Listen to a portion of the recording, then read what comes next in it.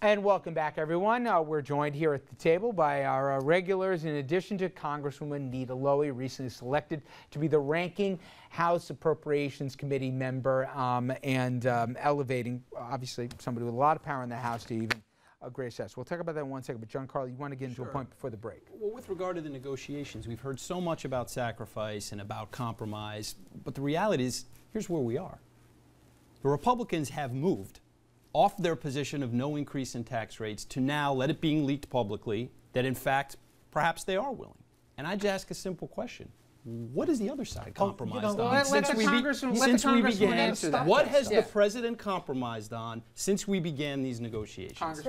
First of all, we couldn't even get to the table with Speaker Boehner and his colleagues because they wouldn't move off the no taxes. Then it's a matter of sitting down.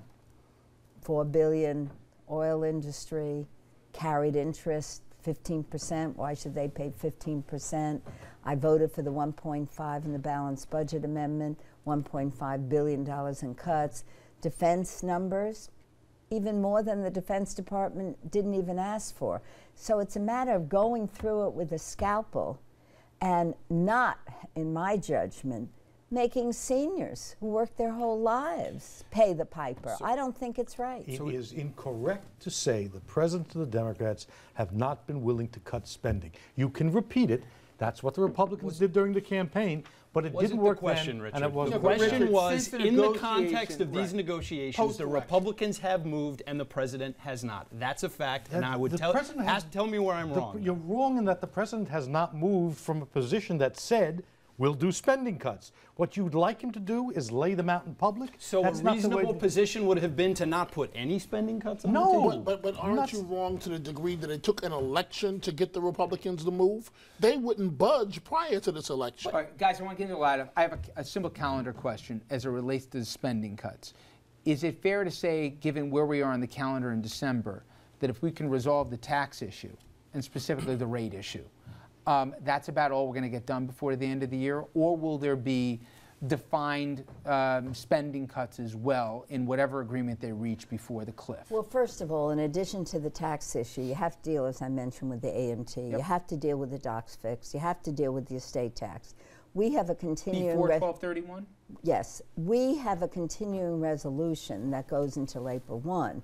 Now, those of us in appropriations have worked it out, and we have a budget for 2013, but you could put off that whole deal until after January. And they're going to have to, right? Right. Okay. And do you think... I don't think you'll be able to get it done, although we're ready. Okay. Now, do you think whenever the grand bargain does come down, and for those who joined us, the Congressman's optimistic here that we'll have a deal before 12/31, whatever the grand bargain will finally look like,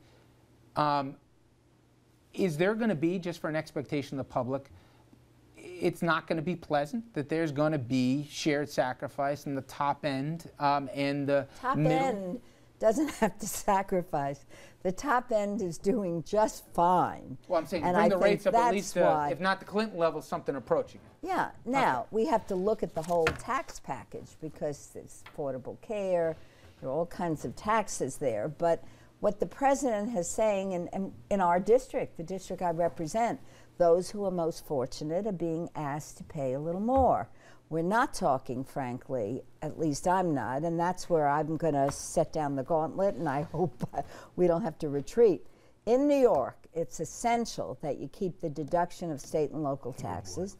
You have to keep the charitable deductions, and in my judgment, you have to keep the mortgage interest deductions. So we're not going to have across-the-board cuts, in that you're going to have percentage cuts to defense. You go through line item by line. If the sequester happens, that's what would happen, and there'd be such a severe impact on the economy.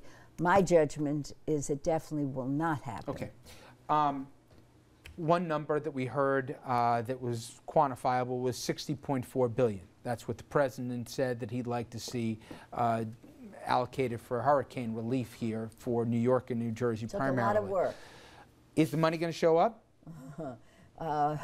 I've been working with Peter King, back and forth with OMB and the president's people, Jack Lew, his chief of staff, and we arrived after a lot of work at 60.4 and about 25 phone calls. Now Congress has got to go along, are they? Now Congress has to go along, but Peter King got Boehner to agree not to insist on offsets. And it'd be pretty embarrassing if the White House sends up a number, and this is for Christie, Governor Christie, and New York, Governor Cuomo, and then if the Republican Congress can produce, pretty embarrassing. Couldn't happen. There are no unreasonable Republicans. Come on, I gave you an opening. Probably as many unreasonable Republicans as there are unreasonable Democrats. More. And this is a good segue now. Never too early to talk about the next election. Actually, it is, but that was a segue. But with the election just behind us here, people are already talking 2016. It seems that one name is already considered the prohibitive favorite, and it's a name that the woman to my right knows very, very well. Hillary Clinton already considered the woman to beat.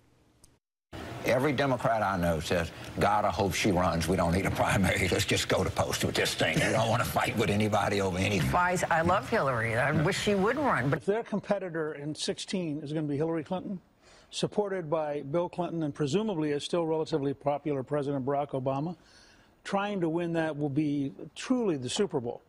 And the Republican Party today is incapable of competing at that level.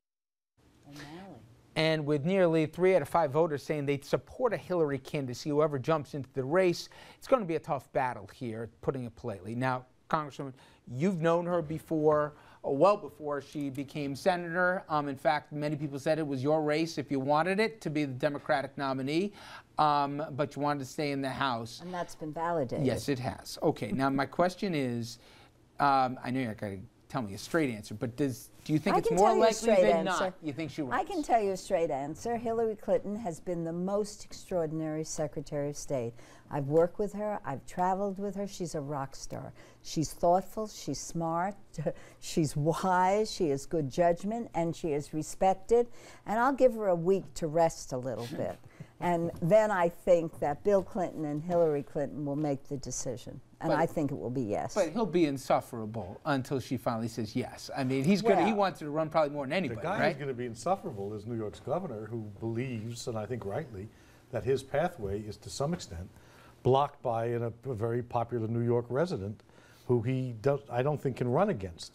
So there's a New York angle to this. I know Nita's very close to both Andrew and Hillary, and it's going to be New York interesting no matter what happens nationally.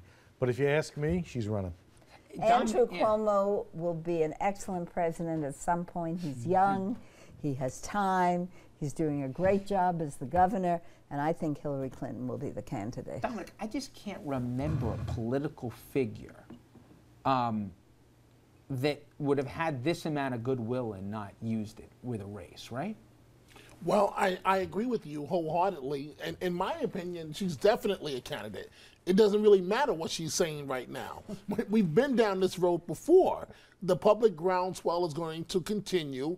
As Newt Gingrich said, with President Obama in her corner and her husband, and with the remarkable job she did as Secretary of State, she's known as a person who's very smart. The Congresswoman just said, persevered through all of that tragedy and personal stuff. She's the Democratic nominee, and as I said the other night, in all likelihood, Hillary Clinton is the next president of the United States. You know, Gian-Carlo was funny because the then senator was kind enough to really cut the ribbon here. She opened our studios here. She's been very good to us. And I, though, remember how when she first ran for Senate with a listening tour and everything else, she was the greatest fundraising tool for the right. You remember, if there was one polarizing figure, even more than her husband, it was Hillary Clinton. But even with the whole Benghazi, her name never came up once in Republican circles. Now, whether it's they fear her or they just respect her, nobody on the right takes shots at her anymore, and they all believe she's competent. Is that an unfair characterization? It was Machiavellian politics at its best on Hillary Clinton's part, and we got into that in prior shows. But I agree, man. I agree with everything, and I said as much on your show last time. This woman deserves the respect and the admiration of the American people. Is she the toughest beat for the GOP, you think? I think she probably is at this point. Again, My personal view is it is nothing short of absurd to have conversations about who a likely nominee will be 4 years out. It is absurd. We don't know what's going to happen. We don't know what could happen. But you see already And, with but the let me make, Rubios let me and make everybody else before trying to lay the everyone ground. fawns over Hillary and the Democratic Party, let me just say this. Unequivocally, the Republican bench in 2016 blows the Democratic bench out of the water. If for some reason Hillary Clinton decides not to run and I were a Democratic operative, I would be very worried. Going up against the likes of a Marco Rubio or a Jeb Bush Wait a or a minute, Bobby wait a minute, Jindal or a Nikki Haley. We'll take it. Done. Agreed. See the bait Deal. I just threw out there? Deal. I saw the meat hit the table. I think a real problem with the Republican Party is they're imploding. They don't represent America.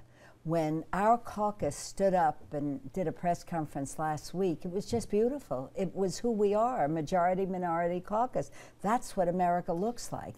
And the problem with Mitt Romney, he really didn't know who he was, and the Republicans around them were changing positions as fast as they could. So unless the Republican Party does a lot of thinking about who they are and what they want to No do. question. And should we go Don't back through encourage history? them. Should we go back through history and talk about all of the times when the Democratic Party was down on its knees after 1994, after 1976? Lightning could I mean, strike. making these grand pronouncements And about there a are- party and and there its is about to introspection be- and Ari Fleischer's going to head it overblown. up. They're about to have basically a long soul-searching session to see where they are as a party, and if not on policy, just to deal with the fact that you can't just win as a white party, as the election return showed. Do you notice any difference since the election? Is there any, if not resignation? The Tea Party folks certainly seem to have a lower stature within the Republican delegate. Do you think it gives somebody an optimism? Will it be a more productive next congressional session than the one you just came out of? Frankly, our caucus is so exciting. I mentioned before, when you have a Raul Ruiz, grew up in California, not a dime to his name, 3 degrees from Harvard, a physician, emergency room doctor, comes to our caucus, and as I met with every one of the freshmen, they all had similar stories. It's an amazing group of members. Do you think And the Congress is going to get Republican- more done overall, Republican and Democrat Well, this time? I obviously I'm a Democrat. I believe that we are the responsible party, and unless the Republicans come to grips with who they are and what they want to accomplish, we've had 2-day weeks with 1 vote on the floor. People are out there without jobs. Even though the economy is getting a little better, and instead of putting money into rebuilding our bridges, we had to fight to get a transportation bill through the Republican leadership. So I'm hoping maybe there'll be more Republicans with whom we can really have a serious conference. And as you've just learned, Gian-Carlo, what I know all too well, when the congressman's here, she always gets the last word here, including for me as well. As it should be. Exactly. Congresswoman, thank you so much. I appreciate it. Again, congratulations Good to see on the new you. post. Money's going to be coming to New York. All right, we're going to take a quick break here. When we come back, we're going to try to read the tea leaves on how the High Court's going to rule on same-sex marriage, where there may have been euphoria last week. Now, all of a sudden, some people are thinking what may come. Stay with us. So, your friend,